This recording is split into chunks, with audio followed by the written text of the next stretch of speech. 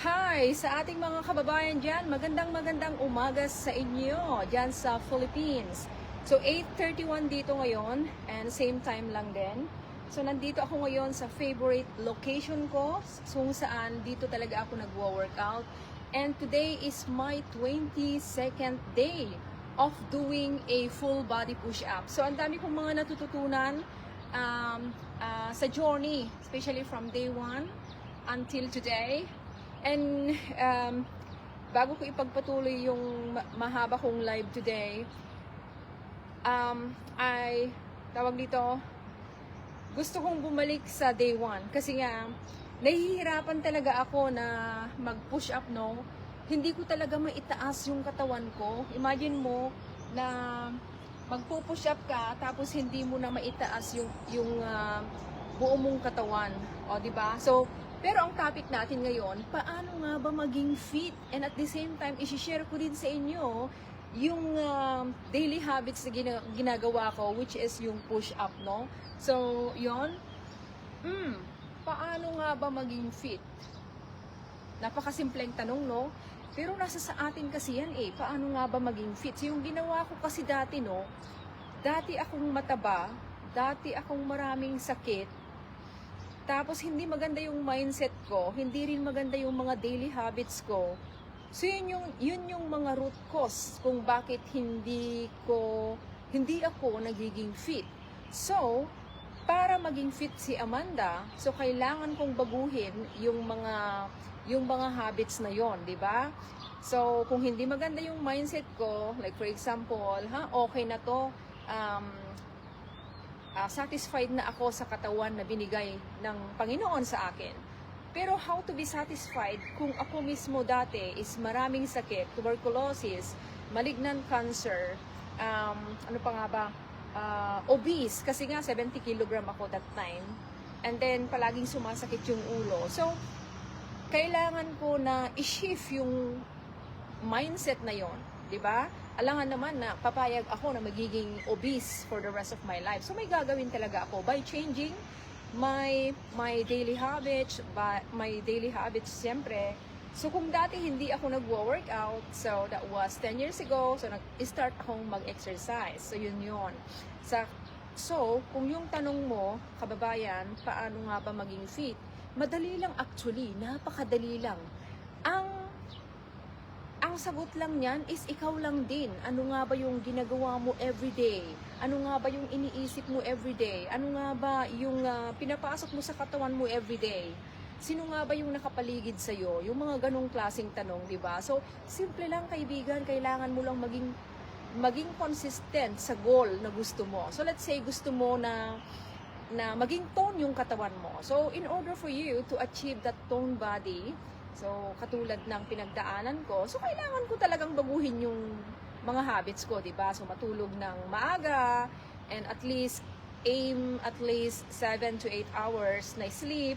And then, syempre, magsiset ako ng schedule ko na mag-exercise. So, sa akin kasi, no, kasi nga dito naman, ang ginagawa ko ngayon is a 30-day push-up progress. So, yun yung ginagawa ko. So, but you don't really have to necessarily do it every day. Kung gusto mong maging fit, 4 times to 5 times a week of exercise, that would be a good start. So, let's say you start to do your walking and maybe you want to start with jogging or whatsoever. At least you do something every single day. So, yun lang naman. At syempre si Amanda, no, meron din akong mga dinadagdag, hindi lang yung mga pagkain. Syempre, nang dahil nga rin sa environment natin, so kailangan din talaga natin na may idagdag. Like for example, yung mga wellness na yan, so kailangan din natin. So medyo madilim, no? So okay lang.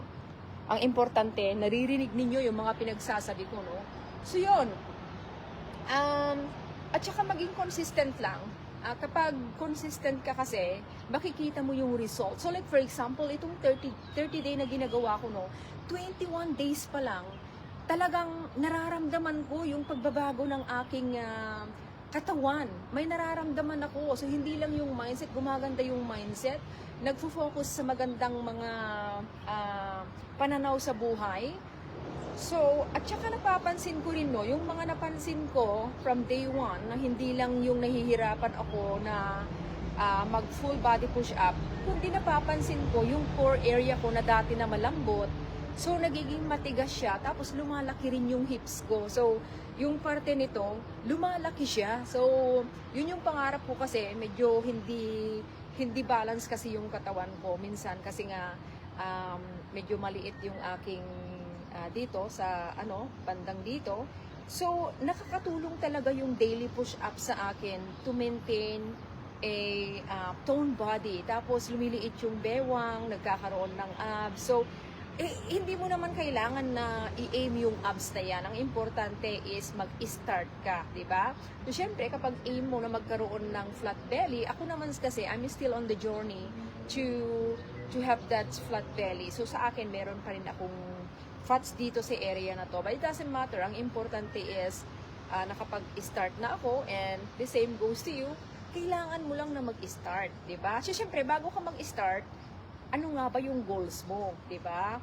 So, you don't really have to know the how. Ang importante is, in the next 30 days, I want to feel better, I want to feel amazing, I want to feel energetic, and I want to feel something different. So, kung ano yung nararamdaman mo today, maybe palagi kang nag-iisip ng mga negative, palagi kang may kaaway, or palagi ka na lang nagdududa, or something like that. So, ang gagawin mo is to focus your attention into something na mga magagandang habits na makakatulong sa'yo. So, yun, I know that I'm not announcing my live videos, so just in case you will be watching later on, and if you have any questions regarding how you can support yourself in, achieving yung body goals or yung health goals natin. Again, I'm still on the journey of achieving my wellness goals, kasi naman is a lifelong process yung ginagawa ko. So, hindi lang 30 days, 60 days, or 90 days is a long term. It's a commitment. So, habang may buhay ako, habang humihinga ako, I will be doing my exercise every single day. So, yun.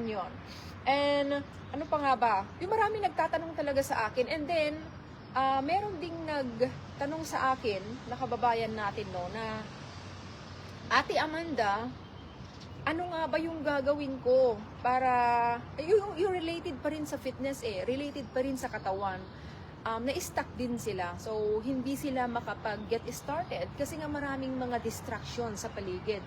So, again, it's all about the mindset. Nandito lahat yan. So, the distraction are everywhere. Everywhere yan. You cannot avoid it. But, ikaw mismo ang makakapag-decide na i-avoid yung mga surroundings na yon, di ba? Kasi kapag alam mo na, aware ka na, conscious ka na yung environment mo is hindi nakakatulong sa iyo. So what you're gonna do is to separate yourself. Imagine there are 100 eggs in a tray, right? And then lahat ng itlog na yon is puti. And I want you to be different, like red color. So, kasi nga, pag nandun ka sa klaseng environment na yun, no, mahihirapan ka ba na mag-get out? Or you allow yourself to be part of those 100 eggs na sinasabi ko kanina. So, it's all about the decision that you make para sa sarili mo. So, again, I understand kasi I've been into that surrounding as well na, kumbaga, kahit may gusto kang gawin, hinihila nila yung energy mo. So again, you have to sit down, think of yourself, think of the person you want to become. So hindi mo iisipin yung mga tao na nakapaligid sa'yo. Instead, you will use them as example na, I don't want to be like them. I don't want to be obese for the rest of my life. I don't want to, I don't want to think negative or talk bad things about people, about whatsoever. So, ayaw mo maging ganon, di ba? So, you want to be different. So, yun, it's easy for me to say, it is because I've been there. So, kung ikaw naman, nasa situation ka na ganon, you gotta help yourself. You gotta think of a solution. So, hindi lang nakafocus sa mga problema, no? So, ganon kasi yun. And makakatulong din yan para sa pag-achieve mo ng pagiging fit. Kasi nga kapag maganda yung mindset mo, maganda yung mga taong nakapaligid sa'yo, na supportive sa'yo, and magaganda yung usapan nila, and then you will also attract their energy. Pero kapag puro hindi magaganda yung pinag-uusapan, then it maaapektuhan rin yung emotion mo, maaapektuhan rin yung pag-iisip mo, and then magiging tamad ka na, magiging lazy ka na to empower yourself to take action sa mga plans mo. So, importante rin yung mga nasa paligid natin. So, ipapakita ko sa inyo yung push-up ko, ha. Hindi pa pala ako nag-warm up kasi nga, medyo nagising ako late, natulog kasi ako late kasi marami akong mga ginawang mga projects para sa sarili ko, and I love it. So, yon, and I make it sure na meron akong time para sa sarili ko to work out every single day, lalong-lalo na yung sa push-up challenge or progress. 22 days na ako ngayon, and I love it. And yeah, mag-warm up lang ako saglit para naman hindi ma-injured yung aking shoulder. Yeah.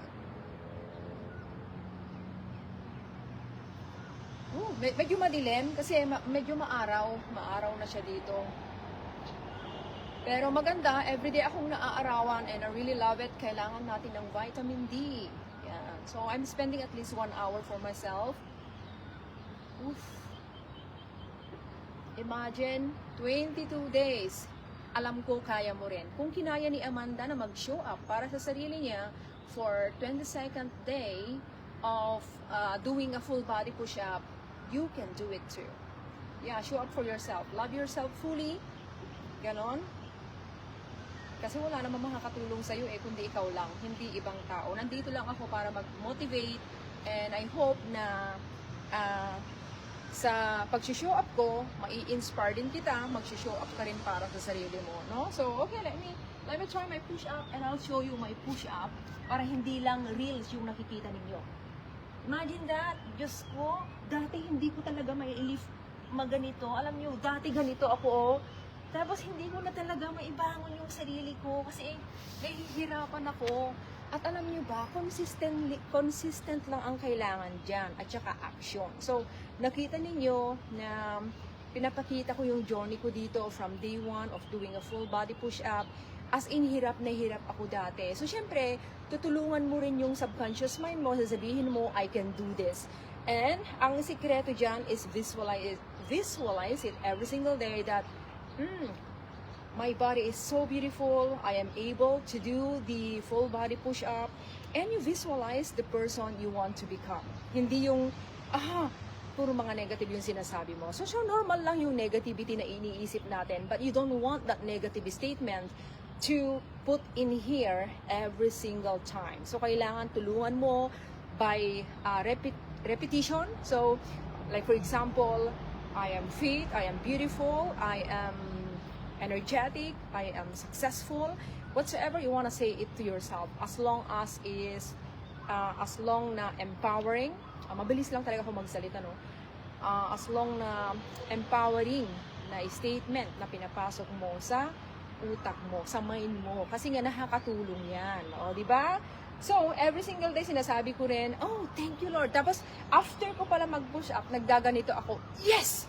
Finally, I've done the full body push-up. And today is only 22nd day. So, kung kinaya ni Amanda, nahihirapan siya. At alam niyo ba na, as in 8 years, I believe, 8 to 9 years, na nag-a-attempt ako to do push-up, but I gave up. Ginave up ko yun, sabi ko, push-up is not for me. I tried, but the problem was, I wasn't consistent. So, yun yung naging problem.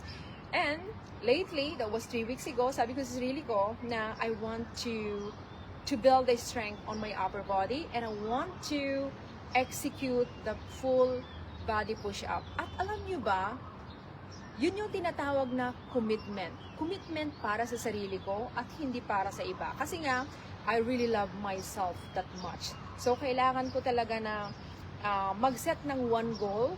Mahilig kasi ako na set one goal at a time and I achieve it. And then, I make it sure that I took actions towards to one goal. So, marami na akong mga na-achieve na sinet ko.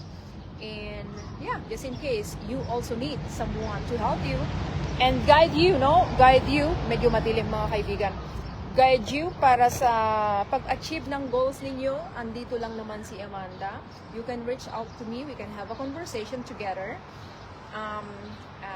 Kasi gusto ko rin na makita kayo na ma-achieve talaga yung mga goals na gusto ninyo. So, yun lang naman yung masasabi ko mga kaibigan. And mag-e-exercise ako. Again, I will be spending at least 1 hour for myself. So, alam nyo ba kung ano yung nangyayari sa isang oras na yan? Hindi lang naman yung nagpo-push up si Amanda eh. So, ang ginagawa ko actually is I will spend at least 10 to 15 minutes of breath work. Very, very important. So, that was my foundation. So, hindi lang yung agad-agad ka na lang na mag-push up. So, yung breath work is very important. Dami-dami kong mga pinaggagawa. Kasi nga, dun ako nakakapag-build ng foundation and nabibuild ko talaga yung strength ko from the inside. Imagine, I'm talking about from the inside and not from the outside. Because the moment you work on your inner self, doon sa pagkatao natin, and madali mo na lang gawin yung mga gusto mong gawin. Yun yung aking masasabi sa mga kababayan ko na gustong mag-start sa kanilang goals, di ba? So hindi lang pagiging fit yung usapan natin dito. So again, remember what I said just now, in order for you to achieve the body that you truly desire is that you have to decide and you have to help yourself, and you gotta work on your mindset, and you gotta commit into that daily habits para matulungan mo yung sarili mo to achieve that. And again, sometimes kailangan mo ng tulong. Kailangan mo ng tulong because that's where I get started before. Kinailangan ko rin ng tulong kasi nga I don't know how to get started before. Pero ngayon, ang dami-dami na. Meron ka ng YouTube, meron ng Google, meron ng ChatGPT, AI. Pero those things are just accessories. Pero kung ikaw mismo, hindi mo talaga ma-commit yung sarili mo sa pinaggagawa mo, those tools are useless. Diba? So, kalimutan mo yon. Ang importante is stay laser focus kung ano man yung gusto mo. Write it down, put it in front of you para alam mo kung ano yung mga daily habits na dapat mong gawin. I-remind mo yung sarili mo. Diba? I-remind mo. So, katulad ko rin, I'm still having a schedule. I'm checking. Did I do this? Did I do this? Check, check, check, check. Kung meron man akong na-miss, I don't feel bad, pero I will improve myself. So, yun yung mga kaibigan. And, ano pa nga ba? Mga katanungan. So, syempre, yung sinasabi ko kanina na meron din akong dinadagdag na wellness tools, di ba? Kapag like for example, yung ginagawa ko na full body push-up, madilim ba? Ang dilim naman. Medyo maaraw kasi okay lang. Ang importante is napapakinggan niyo yung boses ni Amanda, di ba? So, yun, yung wellness ko rin kasi, yung dinadagdag ko dyan is I choose a cellular technology. So, dati hindi ko naiintindihan yon. So, I incorporate that cellular technology sa aking katawan every single day. Lalo na pag ginagawa ko yung push-up. Actually, I have this one here. Of course, I have to be honest with you, right? So, I have this one here. Redox Gold for my shoulder because I will be doing at least maybe 30 minutes of full body push-up. Yun yung gagawin ko. And then, kapag wala kasi nito, sasakit yung upper body ko, lalo na dito sa may part na ito. Kasi nga every single day, di ba? So, it's not supposed to be, hindi ko gagawin yung every single day, but I want to challenge myself for the next 22 days na ngayon. So, another 8 days to complete my 30-day goal. So, ganun ako mag-set up. So, I'm going to apply first this one. I'm going to show you the truth. So, yan. Ito yung ginagamit ni Amanda sa kanyang upper shoulder. Yan. Like a blueberry size. Lalagay ko dito so hindi pa ako nag-apply kasi nga gusto kong ipakita sa inyo yung totoong nangyayari. Kung bakit lumalakas si Amanda, bakit nawawala yung kanyang mga soreness kapag nagpo-push up si Amanda. Yan. Next time, ayusin ko yung aking cam. Bakit madilim, no? So, yan. And then, magwo-workout na ako. Yan. Gusto ko lang talaga mag-inspire sa mga kababayan natin. Kasi alam ko, ang dami nang nagkakasakit ngayon. Ang dami nang nagkakasakit sobra, lalo na sa Philippines. Grabe, grabe. Yan. Yan ang habits ko every morning. And then, nagbabasa din ako ng book. Kala ninyo ha, nagbabasa ako ng book at least 10 minutes every single day. So, bumili ako ng 2 books this month. Ipakita ko sa inyo. So, ipakita ko sa inyo yung binabasa ko. So, yan, after ako mag-workout, dito rin, nagbabasa ako dito. Sell Like Crazy by Sabri Subi. Yun ba yung pronunciation? Not sure. So, ito yung binabasa ko. After that, yan.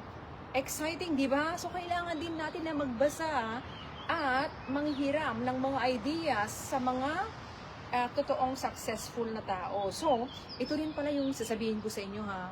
So, kailangan kapag mag-ask kayo ng advice, mag-ask kayo ng advice sa taong merong resulta. At hindi yung mga taong walang resulta. So, yun. At saka kapag mag-follow din kayo sa YouTube, kailangan titingnan ninyo yung mga content nila kung makakatulong sa inyo. So, it doesn't matter kung meron man silang 50 followers, pero magaganda yung mga tinuturo nila, may sense, may value. Tapos kapag pinanood mo, nakaka-gain ka ng insights and you learn something and then you apply it to yourself and then yun yung ifa-follow mo. So, wag kang magtanong sa mga taong walang alam sa gusto mong i-achieve sa buhay mo. Alright?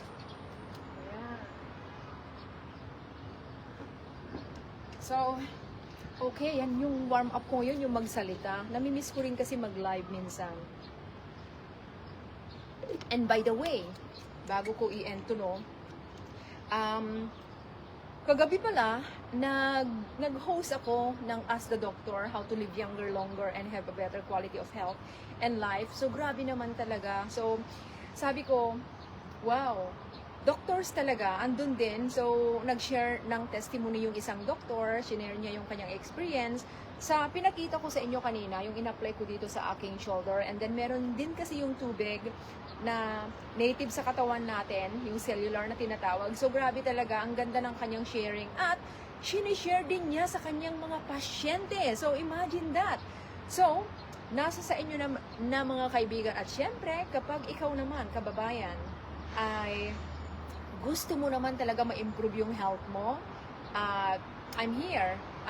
Nandito lang ako, and i-share mo lang din sa akin kung ano yung one goal na gusto mong i-work sa sarili mo. And I'm here as your accountability partner. And mag-reach out ka lang, and let's have a conversation together. Let's connect. Or maybe you would like also to come and join our every Monday, Ask the Doctor, Live Younger, Longer, and have a better quality of health and life. So yun mga kaibigan, mga kababayan, and i-end ko na because I will be focusing into my push-up progress. And kung meron ka mang natutunan sa live na to, do comment or share with me in my private inbox, and I can't really wait to see you again next time. Bye-bye.